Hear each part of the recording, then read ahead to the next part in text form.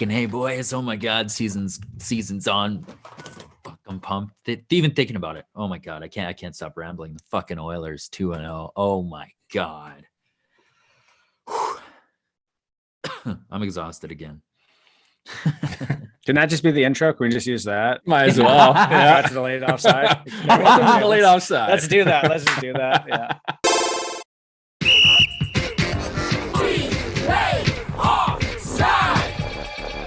All right, welcome to this episode of Delayed Offside. As always, I'm your host, Baron. I'm Adam. I'm Ryan. Like, click, subscribe, spread the word, do whatever you can. Good job, Baron. It was on my list of things to do before I forget. Look at you. Tim's come, so you're going to hear probably some purring on that mic because you purr. He likes to headbutt it, and here it goes. 3, 2, no. You'll hear him eventually. And as well, on this episode of Delayed Offside, there it is. Yeah. Tim, you dick. As you'll notice, there is another episode of someone's missing again of this episode, which makes this consecutive streak up to 6. Is that 6 now or 5? Well, there would be 3 here, 2 before. It's a dynasty. Yeah. I don't know. Well, let me pose you this question. So right now the Flames are 0-1. They're playing right now. So if they win tonight, they're back to 500. Will the Flames have a positive record before Sanjay comes back or a negative record before Sanjay comes back? Let's go with Ryan. I will say positive record because Sanjay will ensure it be that way in that he will not appear until the Flames season turns around. Ooh, and if it doesn't, we will never see of him again. Yeah. Adam? Yeah, he'll be like, he was on the Sutter horse before. He was all mounted up, ready to take that puppy for a gallop through the mountains. And I don't know, I think maybe he fell off a little and, he's trying to find his way. That missing poster is legit. He's lost, hoping he doesn't get caught with a grizzly bear. We should probably post that poster again, just so people can see it so that they know, hey, look, this is our friend Sanjay. He's on a podcast. He's really good with excuses. So if you see a guy in Calgary giving you a lot of excuses for why he's not around, you'll know that that's him. And then please let us know because we haven't seen him in forever. I would shout out to the Nerd Room too to see if they've seen him, but I don't think they have either. So we'll just try to keep chugging on along and see what's going on. We're going to start with some of the big news that came out today, which is concerning the jersey that I'm wearing, ye old teal and black. And it has to do with Evander Kane. Evander Kane has now received a 21-game suspension after an investigation into allegations that he had he'd been fraudulent or handed in fraudulent papers about his COVID-19 vaccinations.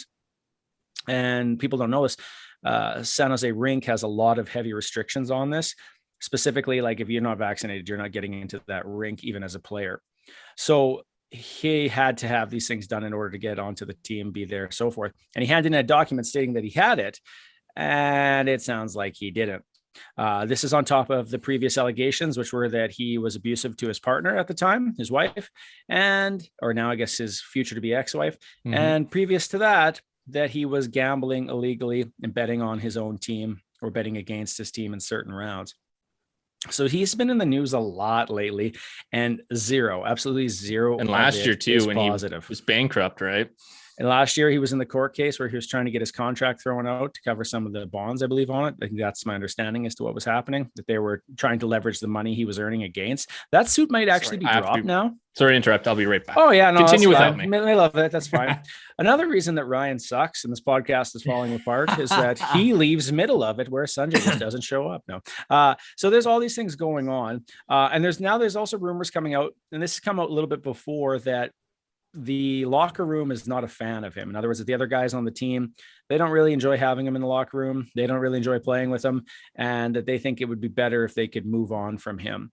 Adam, where is this going to end? What is going to happen here? Is he going to be able to return to the Sharks locker room after all of this stuff and be a part of it? And what are the Sharks' options in dealing with him, or are they stuck with him? I think it's tricky and weird because obviously the bells are tolling. Con. The man is a con artist, and obviously it's true that it's obvious he's not a team player. Saw it in Winnipeg. They didn't like him. You see the picture of Byfuglien walking by him, giving him the finger as he's going onto the ice. You see, you hear the stories about the Byfuglien taking his tracksuit, throwing it in the shower.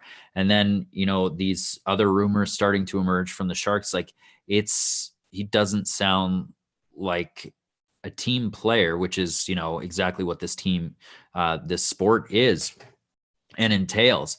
And when you've got poison and distraction like that around your organization, it's not good. It brings your team down. They're trying to kind of tread water with it. What I think could happen, I think with this like fraudulent act of, taking and misinforming others with the fake COVID pass, is that not a breach of contract? Could it not be terminated?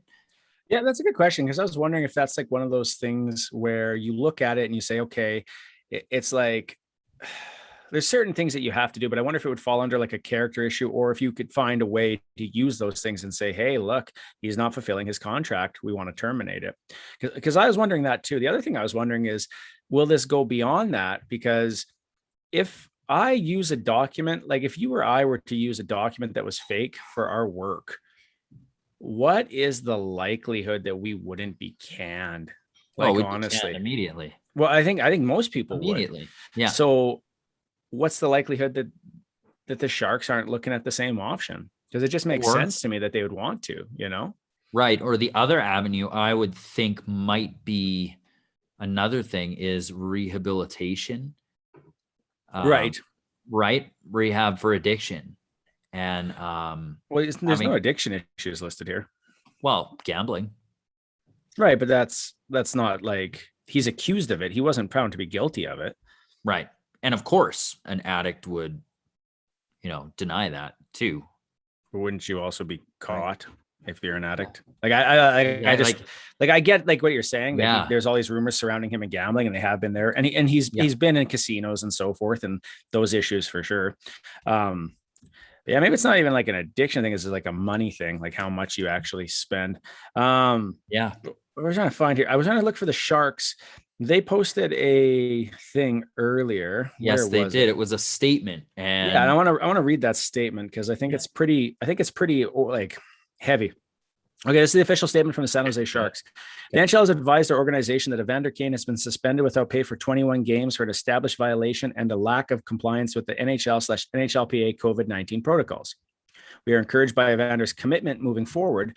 We are extremely disappointed by his disregard for the health safety protocols put in place by the NHL and NHLPA. We will not be commenting further on Evander's status prior to the conclusion of the NHL's mandated suspension. So this feels like a sandwich compliment. We're like, hey, we're happy for you, but, and then the problem with the but is that there's no actual happy thing at the end of it. Like it's just boom and boom. So I kind of wonder, like, is this, like, if it's heading for divorce, it's probably going to be a mess too. And I don't know if there's a good solution to this, because if he comes back, is that better? He was one of their best players. The team's doing really well without him. Is it better to have him right now? Well, and you know what? How much more like money has to be spent on investigations on Evander Kane? How much more cleanup will have to be done on Evander Kane? How much more, trying to revitalize this guy and cover him up is going to happen with Evander Kane? It's just, it's poison in the water hole, I think. And I think he's played himself out of the NHL with all this garbage that's gone on with him. And if he hasn't, shame on the team that, gives him a third chance. Yeah. There's another comment he made, which is, I'll continue to participate in counseling to help make better decisions in the future. So he is receiving help. That's good. But the problem becomes like I think what you said, which is how many times? Like, fool me once, shame on you. Fool me twice, shame on me. And we're getting close to 3 times potentially here. Let's take a look at a comparable. Like, no, not a comparable at all. I was going to say Zach Kassian, like he was given that second chance and he has like run with it with Edmonton, right? Yeah, but he bottomed out in a couple places. Oh, he's back. crap. I was going to talk about all the stuff that he had behind him, like that weird wolf picture or whatever it is. And that was the fourth time that Pilon did that donkey. Adam, you said you would never tell that story. You can use your editing magic and change it to. Did you guys not continue while I was away? Oh, we continued. We did. Okay. Thanks for listening. Yeah. Okay. Yeah. So we'd want your opinion on it, but you know what? You chose to leave, so that's on you. Other big news that's kind of come out this week, well, actually, is that Kucherov is injured again and maybe needing surgery and maybe out for quite some time. Last time this happened, he took a long pause before he got his surgery, was able to come back in the playoffs and essentially put them over the salary cap, which has led to lots of speculation that maybe they could go for Eichel and then load up for that. But let's be honest, at this stage, losing Kucherov is a little bit more risky because this team doesn't have the depth that it had last year. Yep. So he's going to be relied on a lot more. What does losing Kucherov cost the Lightning at this point? And are they still one of the teams that should be favorited heading into the regular season or the playoffs? Ryan, go with you because you've been gone and haven't said anything. I guess you've been useless this whole episode. haven't even talked. Haven't done crap. It's just like, whoa, what's the why are you even here? I mean, all right, fine. Well, goodbye. The best is that people have to watch because we switched from gallery view. Have to just look at your empty square for like a good hunk of the can marvel at the wonderful pictures behind. Exactly. Okay, go ahead. Get on my mug, anyways. This is going to hurt Tampa, like you said. They don't have the depth that they used to. They lost their entire third line. They lost Tyler Johnson. I mean, they're still a very good team, but I'm sure this will hurt. I don't see this dropping them out of a playoff spot, but maybe it drops them a little bit in the standings. Yeah, they've got a very strong team. Maybe not as strong as last year because that third line was a beast, but they've got guys that know how to win, and that's contagious in a lineup. And they know how to win without Kucherov because they did it last year as well in the regular season. The thing becomes like, come on, you've done it once. You gonna do this again? Like, that's only if he's out until the playoffs. Obviously, they wouldn't be able to put him. Yeah, they wouldn't be able to put him on LTIR and then bring someone in unless he's out for the playoffs. Because if he's back before then, well, then they wouldn't be able to put Kucherov back in the lineup. If they brought someone to replace him. So it would depend like on the that. Toronto Maple Leafs not being able to get a backup goaltender because that's right. Cap space, man. Or Colorado playing with how many players do they have? Like 19 players, I think it was, right? Yeah. Vegas last year. Which is interesting. Actually, that's something else we should talk about. Let's move on from Kucherov because he's broken, and I don't think they have the assets to pull in the big wigs to fill his spot anymore. At least not right now. But let's talk about that. So it was a big note because the U of T goalie was brought in as an emergency goaltender because they could not afford. It had something to do with the Hall injury, I believe. Hall was he was sick, and so they had to put Liljegren into the lineup, right? Which took them up, and then they couldn't fit anybody else in, so they had to basically hire someone for the day, knowing that he wasn't going to play. But well, it was a choice basically in that they could have done what Colorado did and ice, of forward, less short forward, lineup. Short of forward or shorter defenseman, but they chose to go short of backup goalie really and have a backup goalie with no experience. And luckily it worked out okay for them, but it would have been pretty scary if Campbell went down. Well, I think the interesting part there is like we're seeing these big teams have these issues, but Toronto is interesting to me because they have a capologist. They're supposed to be one of the most cap conscious teams and how they work everything around. And this, at least on the surface, I think you make an interesting point. I think on the surface, it looks like a screw up.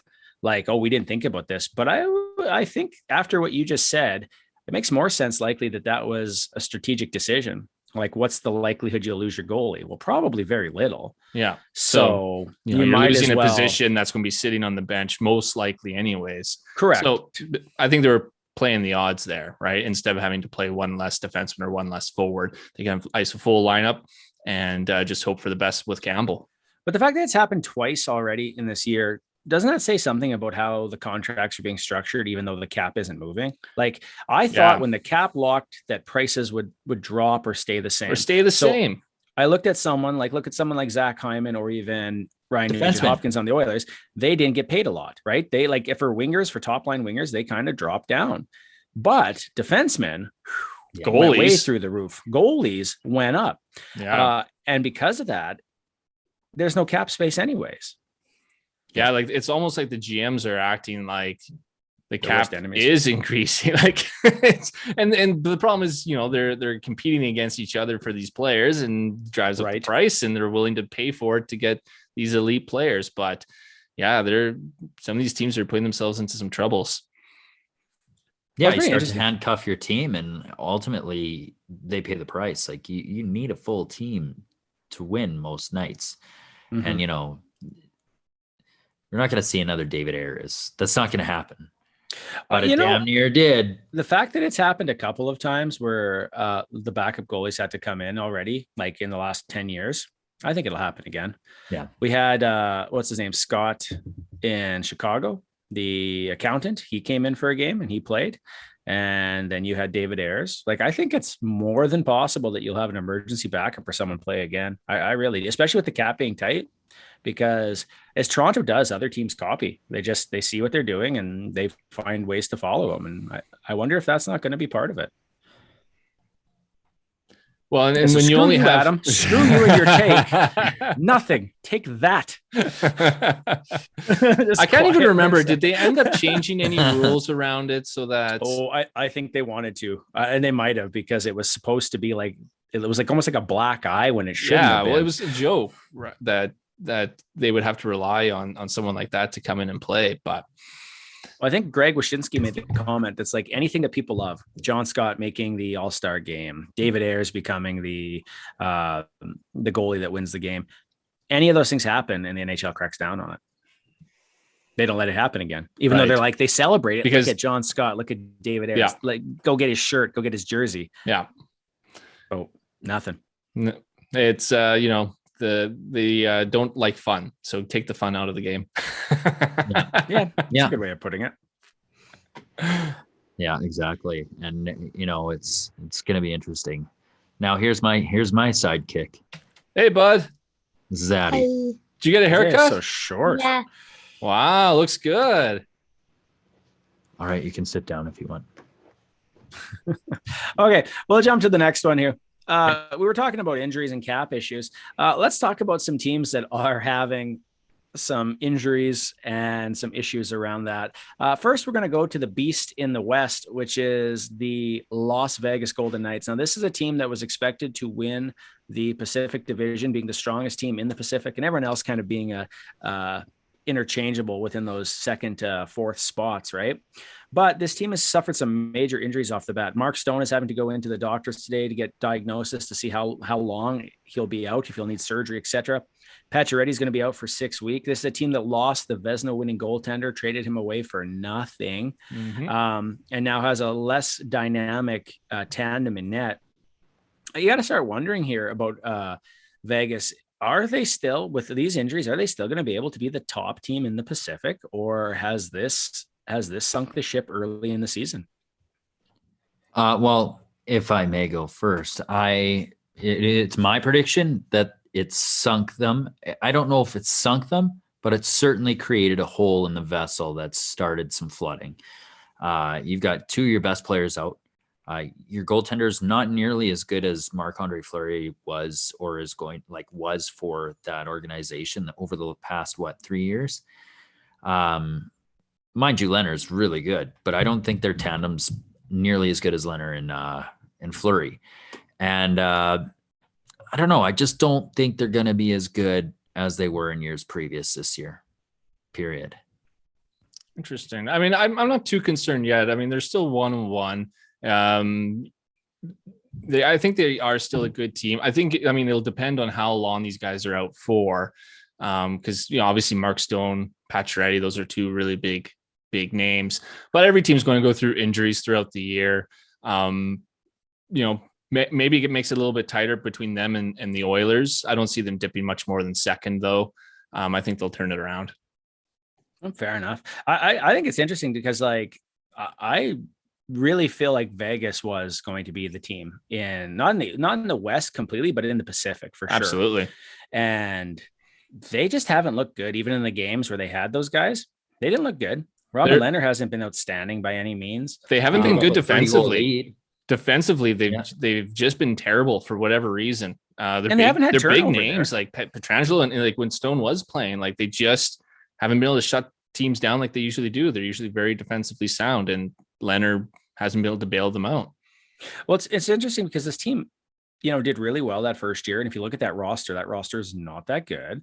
They had all these great pieces and they traded them away for other pieces. Like Nick Suzuki is now a part of the Montreal Canadiens for Pacioretty, etc.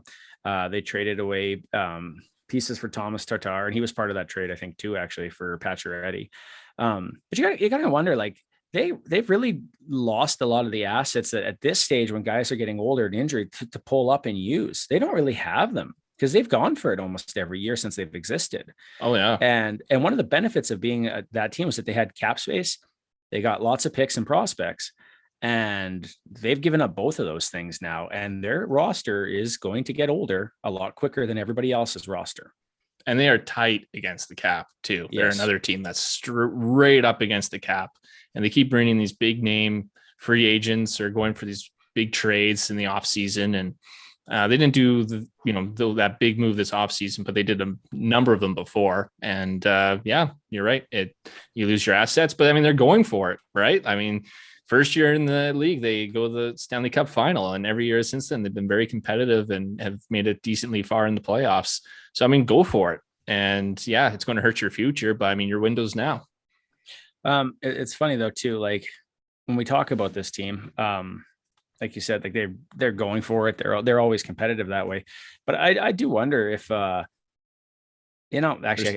I lost what I had. Their center depth is good enough. Well, their center depth talent is their good center enough. depth isn't good enough. Like Chandler Stevenson's a good hockey player, but he's not a number one center. No. And who's the other? William Karlsson's a centerman as well, right? Yeah. And Yeah. you're right. Like they don't have that elite centerman, which is why you kind of hear Jack Eichel's name floated around with Vegas here and there. But he won't play till halfway through the year anyways, even if he gets at least. it, right? Or more. Yeah. So Exactly.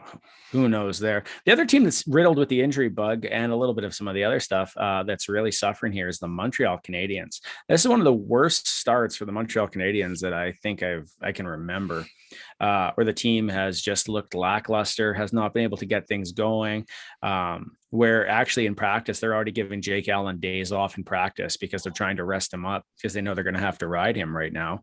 They lost Shea Weber. They lost Kotkaniemi already as well in the trade. I'm trying to think. There's some other people. Danault's gone. Danault's gone. Yeah. Tatar. Yeah. So a lot of the offense last year, and a lot of the key pieces and Price being away, have all contributed to this team being very different. And I wonder if we're not looking at another Dallas Stars situation where a team got to the end, looked like, man, you're good. And then the next year it's like, there's just nothing left to give. That happens a lot though, especially like Cinderella teams where a team that would finish fairly low in the standings and just barely eked into playoffs makes a magical run, and then you don't hear from them again, right? Edmonton 2006. There you go. There's one right 2006. there. It's happened a decent number of times, and I thought when Montreal did it that could happen with them, because any other, if it was the Atlantic Division, they weren't making the playoffs, and the year before that, if it wasn't expanded, they weren't making the playoffs.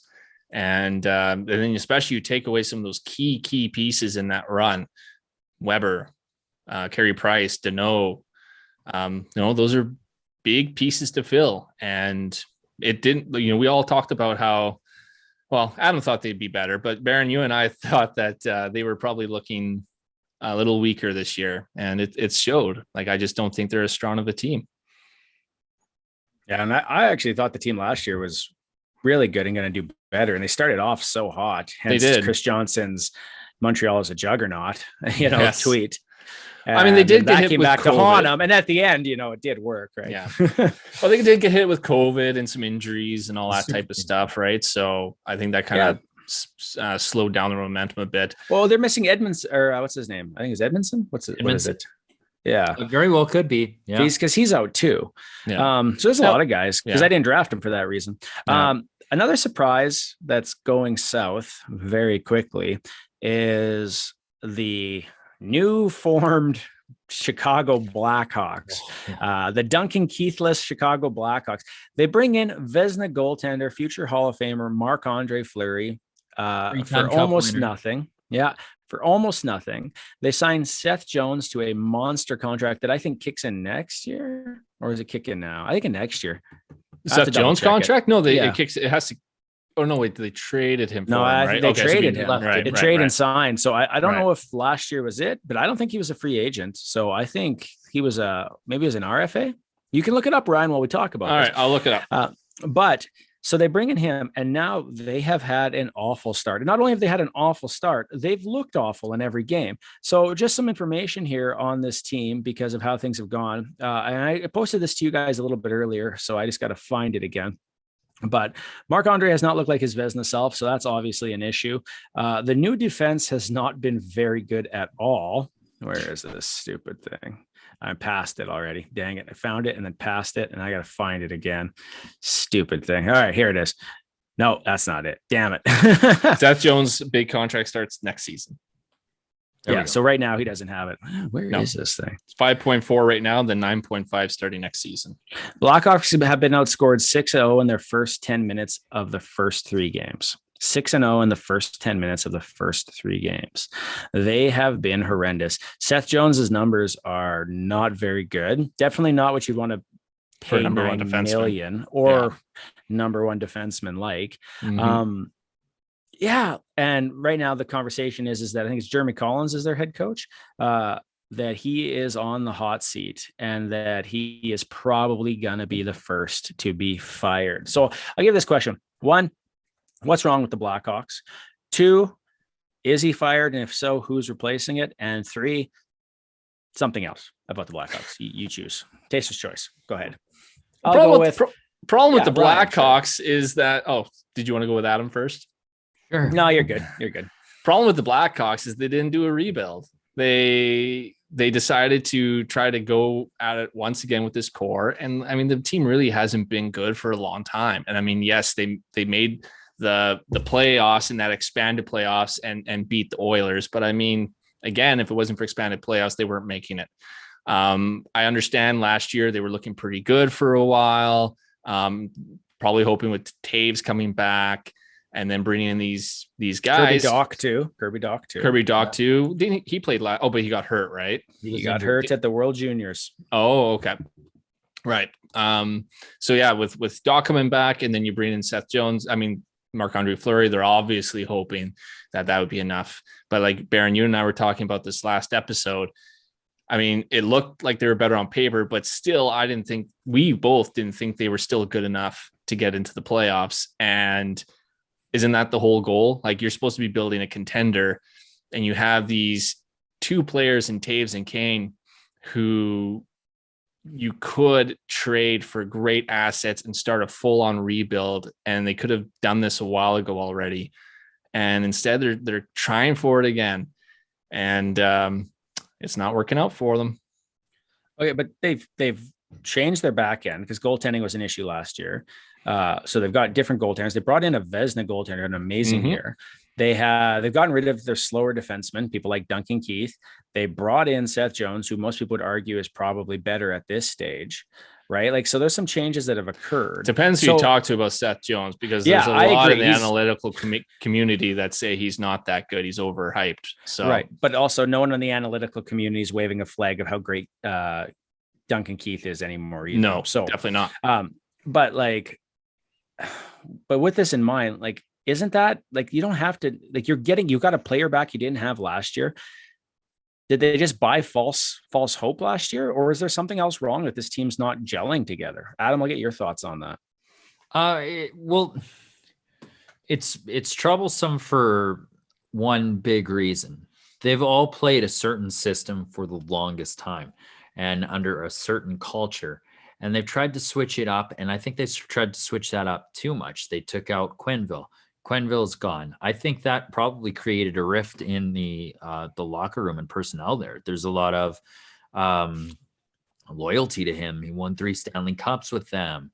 And then you get this new young guy coming in, and because he's young, it might be harder to get that buy-in from those other veteran players that are like, listen, I know how it's done. I know what we need to do to win. And then trying to make those shifts and play like that coach wants you into in a different system. And like, I'm no expert, never played on a hockey team in my life, ice hockey, right? I don't know a damn thing, but this is just my speculation. It just might be hard, and it might be a culture thing. And this coach just might not be the right fit either. I wonder too if some of the behind the scenes stuff that's happening with the investigation into the alleged sexual assault, all the media and negative view or negative comments about the team, scrutiny about the team have played a factor into this as well. Okay, but how many guys are actually left from that era? 2? Well, Kane and Taves for sure. So is Seabrook's still there? Or did Seabrook's not done playing Seabrook's anymore. He's not. Yeah. Okay, that's what I thought. But even if they weren't from there, 2 guys. But I mean, your leaders. They might have negative feelings about their leadership at the top. Look, that story outside of Rick Westhead, that story took forever for anyone to actually grab onto, right? Like none of the organized, like Sportsnet didn't talk about it, just TSN. And then not much came out in Chicago initially. I think it's picked up steam since then. Yeah. I hope there's been a few reporters that really took hold of it. But I mean, it's kind of died. I haven't heard a lot about it for a while now. That's another thing. But at the same time, if I'm playing for a team and I believe that this has all happened with, my captain and my best player being a part of the culture that allowed that to happen, as well as my general manager, maybe I'm not as happy being there. Who knows? Or again, maybe just all the negative stories about it. Maybe that's just playing a factor. And maybe it's not, but I'm just speculating, throwing that out there that maybe that is also being a bit of a distraction. Okay. We're going to do a Price is Right rule game here. And we're going to do goals against average. Okay. $1. So this is goals against average for Marc-Andre Fleury. Okay. So if you go over it, you lose, but the closest to it gets it. And you can use a decimal if you want. So you can say like 2.1, 3.4, whatever. I don't care. Okay. So you guys can rock, paper, scissors. See who goes first. Oh, okay. Let's actually say rock, paper, scissors, right? Yeah. Rock, paper, scissors. No, Shoot. you'll rock, paper, scissors, shoot. I've never heard of that. No, lots of people do rock, paper, scissors, go, and other people do rock, paper, scissors. Now we're going to establish this. It's rock, paper, scissors, go. Okay. All right. So start it out, Ryan. Okay. Rock, paper, scissors, go. You're like way behind. You were me, like man. you were behind Adam. You were like so far behind him. He was like rock, and you're like laggy. You're laggy. You're slow at this, right? Adam, just go. Go ahead, Pilon. You go ahead. Goals against average for Marc-Andre Fleury. It's probably something ridiculous. I'll say 4.5. 4.5. Adam? 5.1. The closest is Adam. Wow. The actual number is 7.06. Oh my God. Holy. Yeah. I had a feeling I was too low on that. I was but nervous. That's still really bad. Holy cow. I was nervous picking. Who is that bad?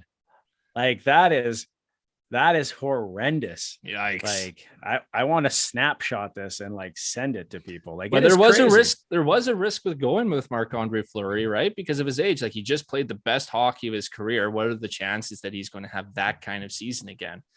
That's insane. And you're playing with Vegas, who is usually, except for this year, a very good defensive team. And you're going to Chicago, who is not a very good defensive team.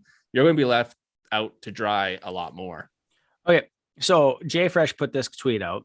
And so you've already seen it because I posted it, which was, oh God, the Hawks are going to hire Tortorella, aren't they? So if you fire the coach, who do you think should be the replacement? And can they turn the season around? I know who I want to see coach again. Do you want me to go first? Sure. Yeah. I don't think he'll do it. I don't think he'll be picked for it, but I would love to see Bruce Boudreau coach again. I always enjoyed Bruce Boudreau teams, and I think he's an entertaining guy. He's an entertaining coach, and his teams, until he went to Minnesota, his teams always did really well. So that's who I would like to see back again in the carousel. I have no idea. Really? You can't think of a single coach that's unemployed? Mike Babcock. I was gonna. That's a potential. He has an Babcock. out. He has an out with his U of S contract. Iron Mike Keenan. Oh, never. He'll never work again. you like the stories about stuff that he did, even like last time he had a contract, it would get out in the media, he'd be done. And he was a good coach. He was an effective coach, but his style's passed. I don't see it. But that's who you want, Adam. If that's the lifestyle and that's the people you support, then that's fine. You know who is someone I did like that I would like to Hitchcock. see as a coach again that will never. No, not Hitchcock. Tom Ted Rennie. Nolan. Damn it. Tom Rennie. I thought I was going to Actually, that's another really good pick. Ted Nolan is another good pick. The only reason I said it was because I think he used him last time when it was who would you like to see coaching again? So, oh yeah, I did for sure. I also saw that special on him. That sports. It was really good. So Tom Rennie. Yeah. And finally, Ryan, I can't think of any coaches. I already said Mike Babcock. Oh, no, serious? Oh, that's super funny. You it reminds me of Team you America. Hated him as a coach. Like Matt Damon, Mike Babcock. You legitimately hated him as a coach. You complained about him all the time. Yeah, near the end of his tenure there. Absolutely, I did. But, maybe he and the Chicago Blackhawks deserve each other. So, oh, man. You never know. What about Gretzky? Never. Gretzky should never coach. He's on ESPN now. Yeah, he's on TNT, actually. Oh, TNT. Yeah. My bad. Yeah. That's right. Dean Sinnett and Charles Barkley. Let's talk about that for a second. Have you guys watched any of the stuff from those groups? I just saw the shootout. I saw the shootout, and that was a lot of fun. And it's nice to see them have fun on the show, because I think sometimes it's forgotten that this is entertainment, right? Like people just want to be transported and forget their miserable lives for a little bit and have some fun. And, you watch Sportsnet or Sports Center, and it's just a bunch of people sitting around desk talking and bitching and complaining. And, sometimes it's okay. Sometimes they have some fun stuff to say or do, but it was nice to see them actually get up and do something and have some fun with it. Like, do I get like to Adam just got up and had fun? Like, who expected that, right? And now this is just fantastic podcasting. You and him have Sanjay'd me twice this episode. I'm not going to have it again. You don't show up, you take off. You don't show up to it. That's 2 Sanjays. I'm not taking that. At least we came back. Yeah, that's true. Sanjay never did. Hey, I still have to get up 4 more times to tell Sanjay for my disappearance. Here's another poster. We should put the poster up again just in case. You should click, and subscribe. And also, have you seen our friend Sanjay? Here's a picture of him and what he looks like, just in case you haven't. If you started getting a bunch of comments from people in the comments section. I spotted him at the Where mall. do you think Sanjay could be? See, we've seen him. Like we've seen tweets from him, but we're not really sure how much any of it's true. So we're just a little concerned, and we're just, we just want to make sure he's okay. I've seen a lot of the TNT stuff, and I think you make a really good point there, which is it's entertaining. And when you watch what goes really well on TNT, especially, with basketball, it's always entertaining. Yeah.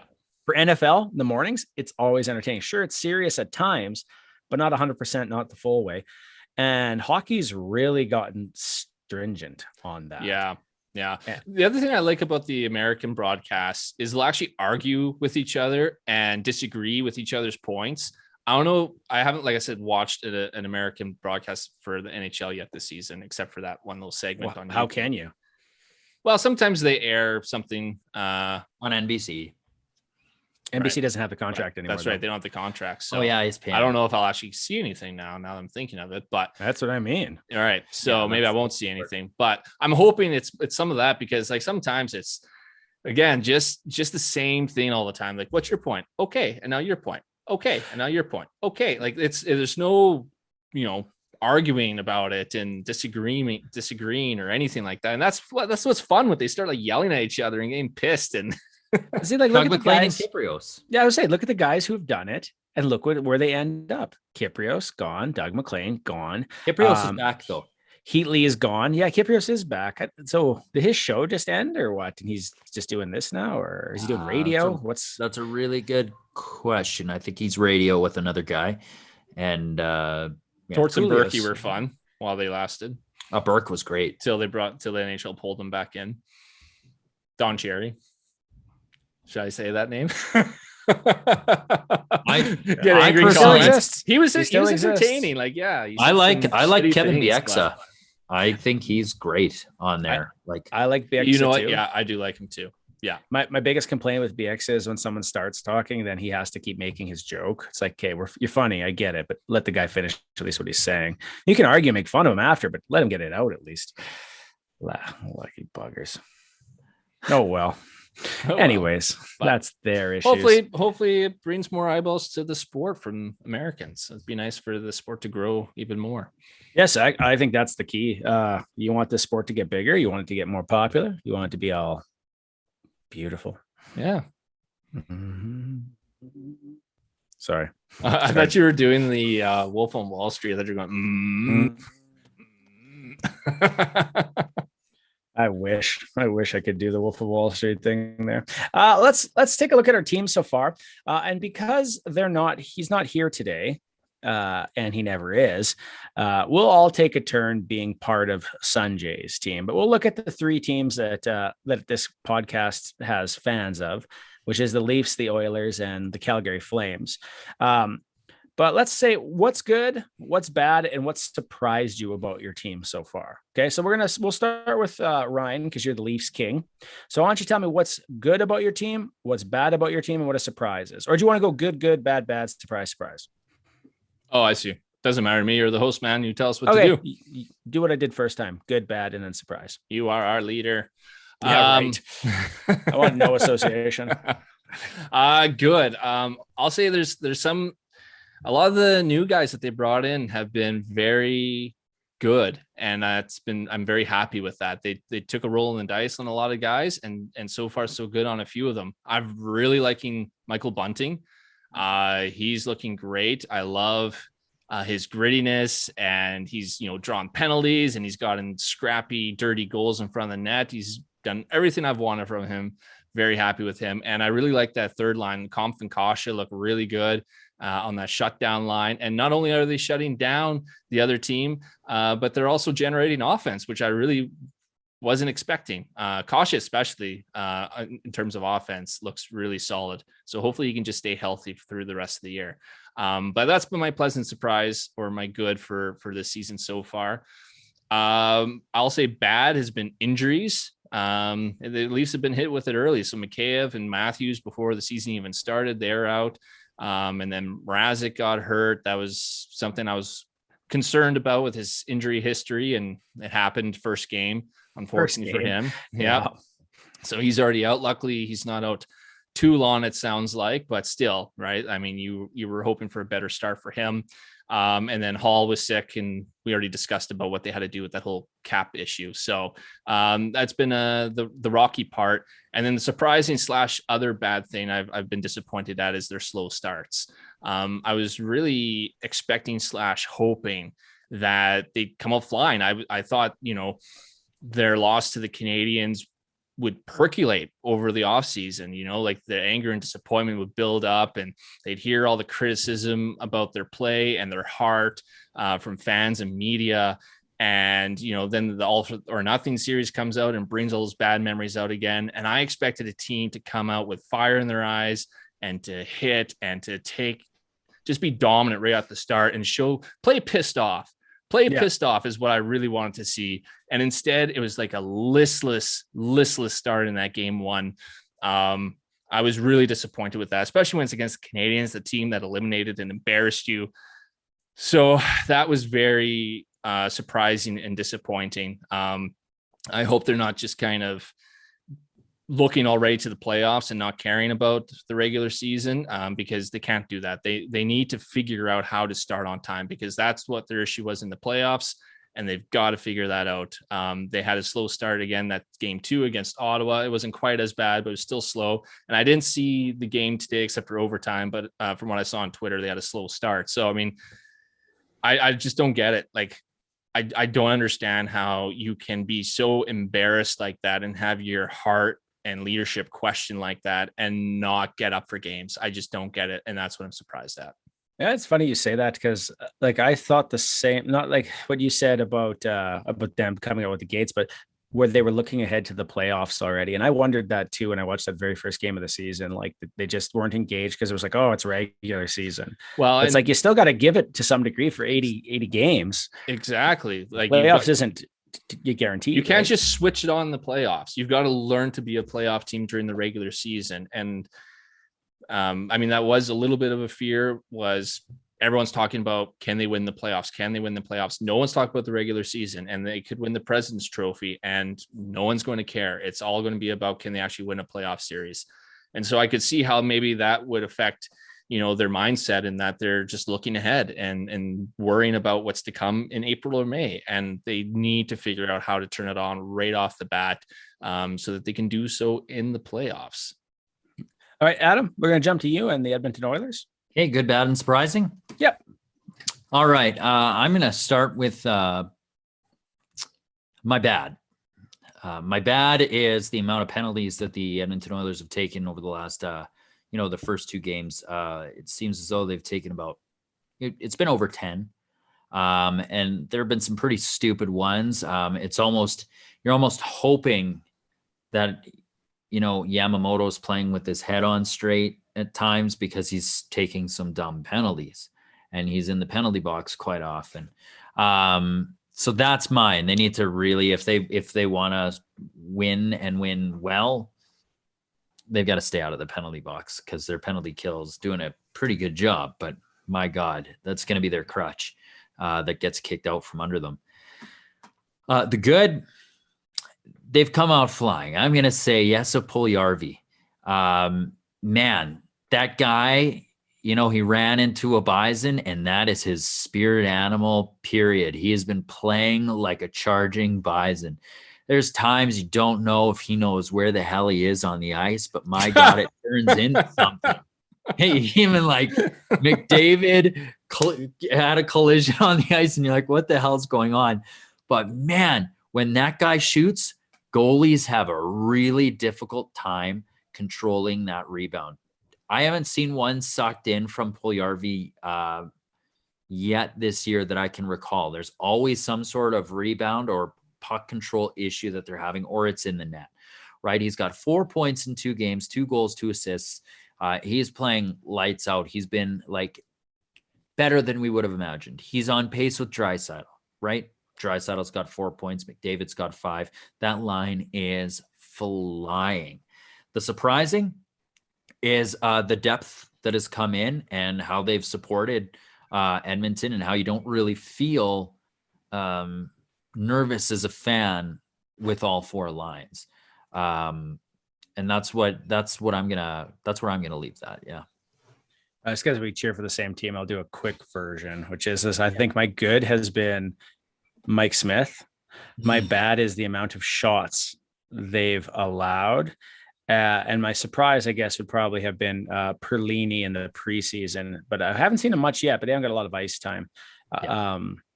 This is a random comment, but this one guy argued online that Derek Ryan would be the 4th line center and that Ryan McLeod will be the 3rd line. And because I had said that Ryan will be the 3rd and McLeod will be the 4th. That's how it looks. And it looks like McLeod might even get sent down here. So I was right. And just leave that. But yeah, no, I think those are really interesting points, Adam. The Jesse Puljujärvi looks great. It's getting to the point. Like, I don't know if you ever look at the Copper and Blue, they did a podcast or a blog or whatever you used on Twitter, but man, is that a depressing group, because it's like everything is about the negative. Like, Puljujärvi's doing so good, we'll never afford to keep him. Okay, fun, great. And you're like, can't even enjoy it. Hey, like, can you imagine? Like, I just don't understand watching sports where you can't even enjoy it. Like when the Oilers were really terrible, like the Ben Scrivens, Dallas Eakins, I quit watching for a bit because it was bad. What was your bad again, Adam? Penalties. Yeah, that's got to stop, because I think that is also the reason why there's so many shots on net. We're going to each take a part for Sanjay's team here. So who wants the good? I'll take the bad. I'll take the good. Okay, you'll take the good. You'll take that. I'll take the surprising. Okay. Sounds good. We'll start with the good then. I'll say the good based on the one game that I saw them play. Man, that team can tilt the ice. They can pour the pressure on. But one guy specifically that just tilts it for them, for me, is Andrew Mangiapane. My God, that guy has a fire in him, and he might be their best player. Has been already. Yeah, he's good. The bad? The bad, I'll go with Chris Tanev. He had a fantastic season for Calgary last season, and they needed him to be good again, especially with the loss of Mark Giordano. They need him to step up again. I mean, it's only been one game, so it's hard to really say he's not going to play well this game. But he had a bad first game. At 5-on-5, he was on the ice for 2 against, none for, and his expected goals for was almost just a little less than 26%, which is not great. So he was caved in his own end, lots of scoring chances and shots against and goals. And other surprising, I'm going to say Jacob Markstrom's first game, how it went, is kind of a surprise to me. I really thought Markstrom would rebound this year, and he still might. It's only one game, right? But that game didn't fill you with any confidence that things were better than last year. And he had been played injured and so forth, but he wasn't the player that he was 2 years ago.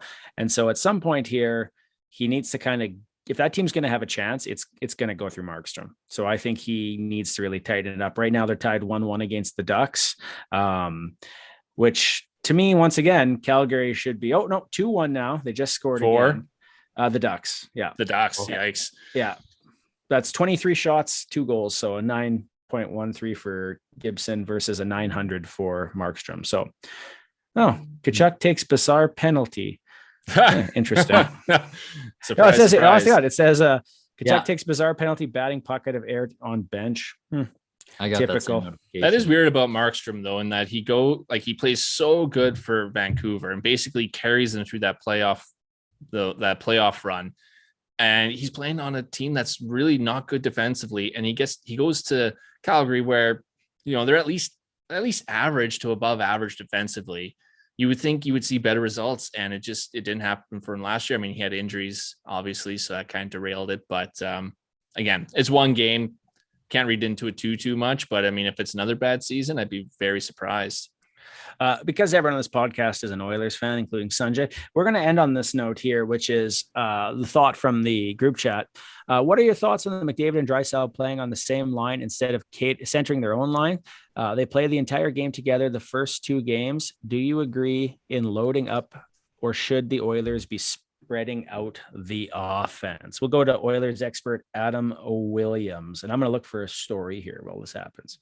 I think right now it's fine. They have enough depth now that, that second line looks really good with Ryan Nugent-Hopkins, Zach Hyman, and Tyler Yamamoto. The third line is kind of scary with Derek Ryan, Zach Kassian, and who's my winger? Warren Fogle.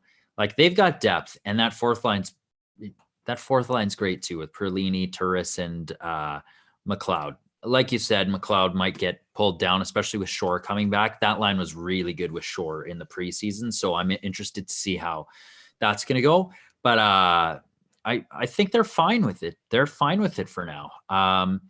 They've got options. They can move Hyman up and Draisaitl back at center with Nugent-Hopkins and Yamamoto as well. So really, it's not a huge concern to me. We've seen how far they've gotten with that line before. Shouldn't be an issue. Let's go. I have a feeling I know what you're looking up, Baron. So maybe you talk on it first, because I feel like what I'm going to say is going to ruin what you're looking up. No, that's fine. And if it does, that's fine. I'll just back it up. Okay. Well, I was going to say, I don't quite understand why there's always so much criticism about those two playing together all the time and loading up a line. You see other teams do it. Boston has a loaded first line. Colorado has a loaded first line.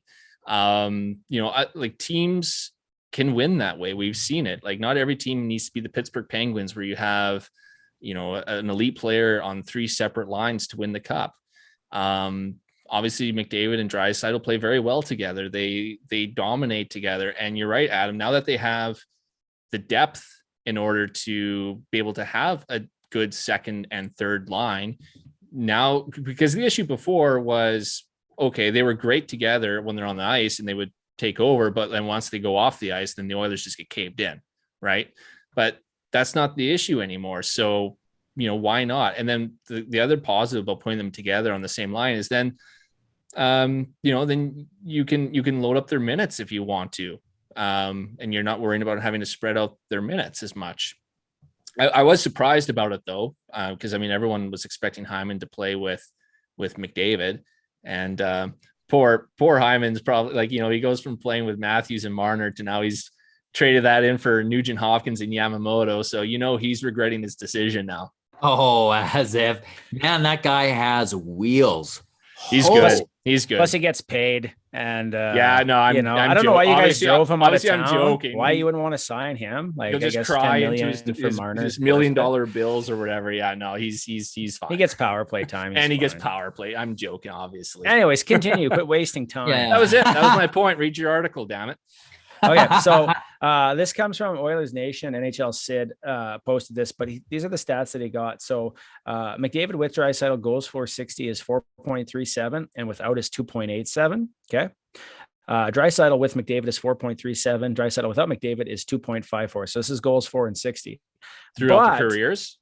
No, together. It's off of natural hat trick. What is it? Dedavia, all stats 5-on-5 from 18 to 21. Okay, yeah. Okay, happy now. You can stomach. Yeah, well, because I looked up some stats too, and I'll talk about that later. Zach Hyman's goals for are the highest outside of those top 4 wingers on the Leafs, and so he actually doesn't have to play with elite talent to still have good numbers. No, he doesn't. But here's where things get interesting.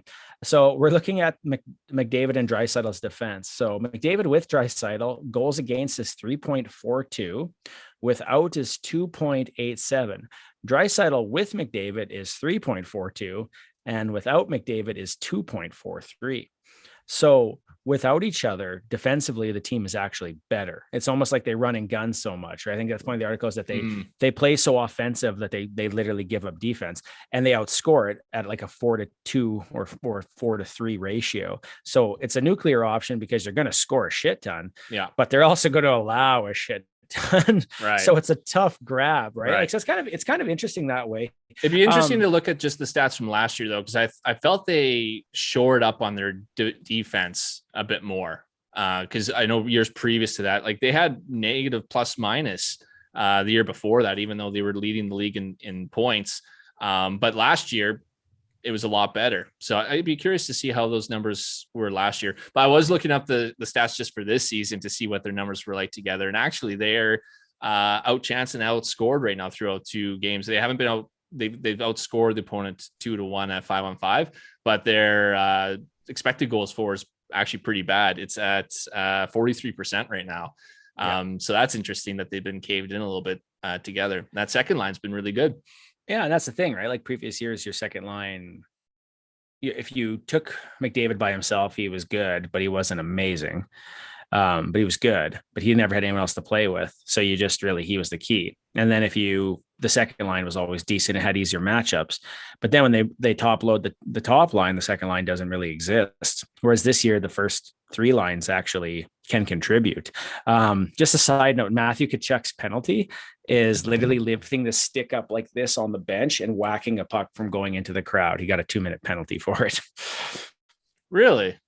What they call high sticking? I have no idea. It said it was trying to keep the fans safe. He was forced to serve a 2-minute penalty for the play. I'll send it to you. That's, okay. Third theory tonight. Sanjay's watching the game or at the game? Thoughts? He's at the game. He's at the game. Yeah. I could see it. Okay. Anyone watching this that's at the game, I guess it's too late. Look through your photos that you took at the game and see if you can spot Sanjay and post it below. Yeah. Like, click, subscribe, and post below. It's interesting. So I think, honestly, I do think play them together is fine. Like, a lot of the idea is playing them together at home games and separating them out on the road because you control matchups. So you can give the pair easier matchups defensively at home. And then on the road, you make it harder for the other team. But come playoffs, I can't imagine that they're going to play together unless they're behind by a crap ton. And even then, sure, they'll score a goal, but they're going to let like another one in too. They'll score 2 goals, but they'll let like 1.5 in. So right. I don't know. Anyways, it's a really early start to the season. Lots of surprises, lots of good things coming. But I think this takes us to the end of the episode, another Sanjay free episode. Hopefully next episode we should actually, you know what, why can't he do something like a Willie's weigh-in? Why can't he do I have 5 minutes here. I'm walking through my house, like a Calgary conundrum or like, I'm okay. I'm okay. or just a shout out to let us know. I think that would be important there. Yeah. So please click, subscribe, comment, reach out to us on Twitter. There's Facebook group, although Facebook groups, we don't really use it much. Well, yeah, exactly. I just post the episodes there, and there hasn't been much conversation. We get more conversation on YouTube than we do there. So yeah, just comment away. You can also find us at Twitter at what's the hashtag or what's the group or the name of the thing on Twitter? I'm blanking right now. I believe it's at Delayed Offside 2. That's correct. Yeah, and then you see our Twitter handles all down here. We should see if Delayed Offside 1 is available now. I wonder if that other podcast exists anymore. They deleted a bunch of old Twitter accounts. I wonder if we could change it. Something to think into. Anyways, that's not your business. That's ours. Anyways, thanks for listening. It's been another episode of Delayed Offside. As always, I'm Baron. I'm Adam. I'm Ryan. And no one is Sanjay. Take care. Have a great night.